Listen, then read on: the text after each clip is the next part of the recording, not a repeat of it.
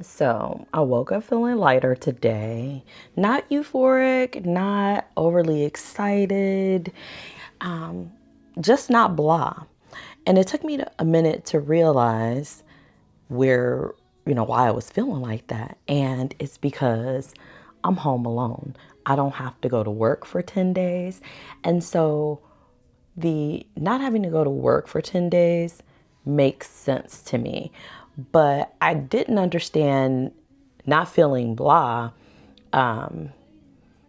due to the relief of being alone. You know, that's, I feel like, a little complicated because I'm a wife and I'm a mother.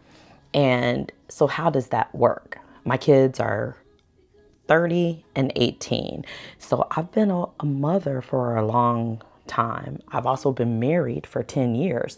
So, what do you do when you feel like that space of being alone feels good? It feels necessary. When your identity is wrapped up in being a wife and a mother. That's where I've been for, the last like 3 years for sure. And, probably longer, but it wasn't until I quit my job 3 years ago that I'd realized that there was a problem, right?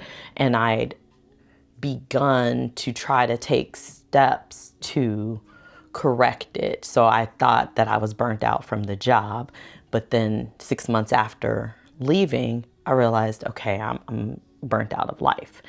And so one solution, and not saying none of these are things that, I want to do, but divorce, that would solve the issue of being a wife. What do you do about your children?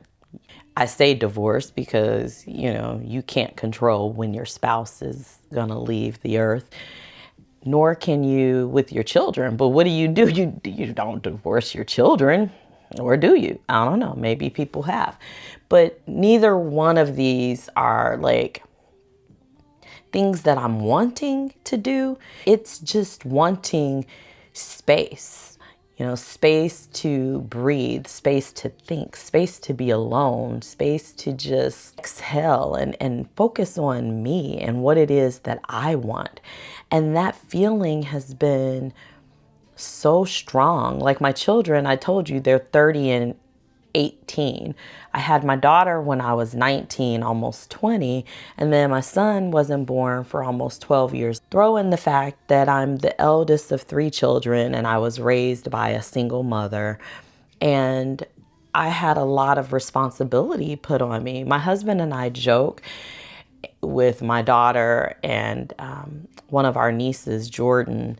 We created the Firstborns Club. We have discussed some of the challenges of being a firstborn and the trauma that sometimes you have, especially if you were raised by a single parent. You tend to become this other parent in a sense, and you didn't ask for that. So that's been my story. Then I got married and we have a blended family. And so challenges of that. But, along the way, and the way being life, I never really stopped to prioritize me and do the things that I wanted to do. At the time, I thought having a baby at 19 was something that I wanted to do. I haven't been told this, but I feel like it was trying to create the family that I didn't have. And so I think a lot of relationships, stem from that trauma or the lack of, whatever it is. And so I did that. And when I had my child, I was like, ooh, this is grown up, real life. This is hard. And I didn't have the support from her father. I was like, I don't want another one.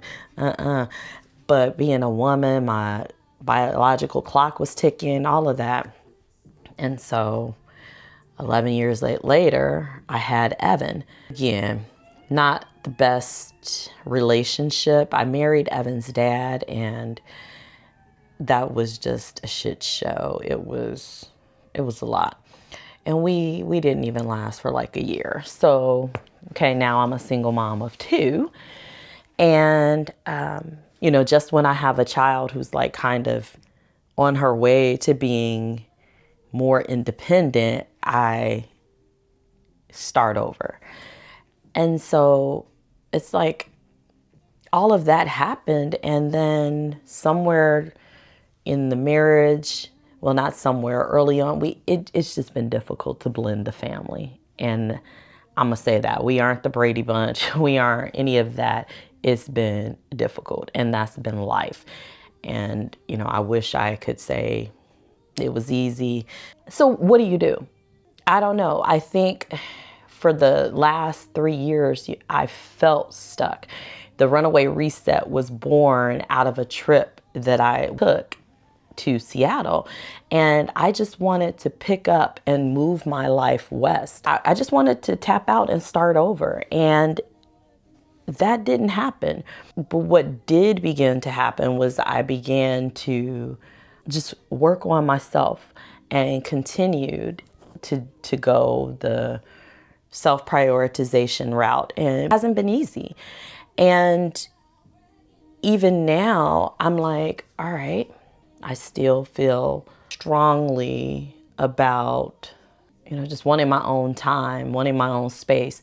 My son had an accident in my car over break, and, he's not becoming as responsible as I would like him to. If you're in college, you have to get it together. Like, I'm trying to let go of the reins, and I'm concerned that you don't have your stuff together. My stepsons were here, and not that anybody is asking me for anything, but there's like this pressure to have meals prepared, and and then they also dirty up stuff, and like, I just want my own space. I am finally starting to acknowledge it. My husband and I have talked, and so he knows how I feel. But I think, the guilt is what I'm working through, because, I don't want to be here, especially in the winter. Like, I want to leave Indiana, and I've wanted to leave Indiana for a lot of years. And now it's more the country since this buffoon got into office. And I just, it's like, I want different. I want change. I think I'm finally acknowledging that and beginning to kind of move in that direction, but it's still kind of guilt ridden. It's uncomfortable because I think I haven't given myself permission, and maybe I'm waiting for others around me, like my family, to say, okay, I don't really know. That's where I'm at.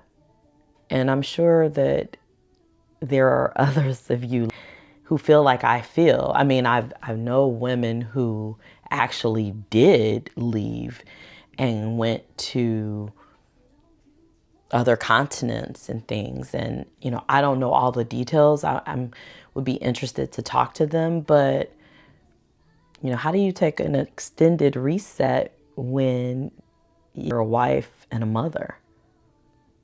To be continued as I figure this out. Thanks for watching. I hope that you're having a great day. If you aren't, know that tomorrow is a new day. It's a new opportunity. So I will talk to you soon. Take care.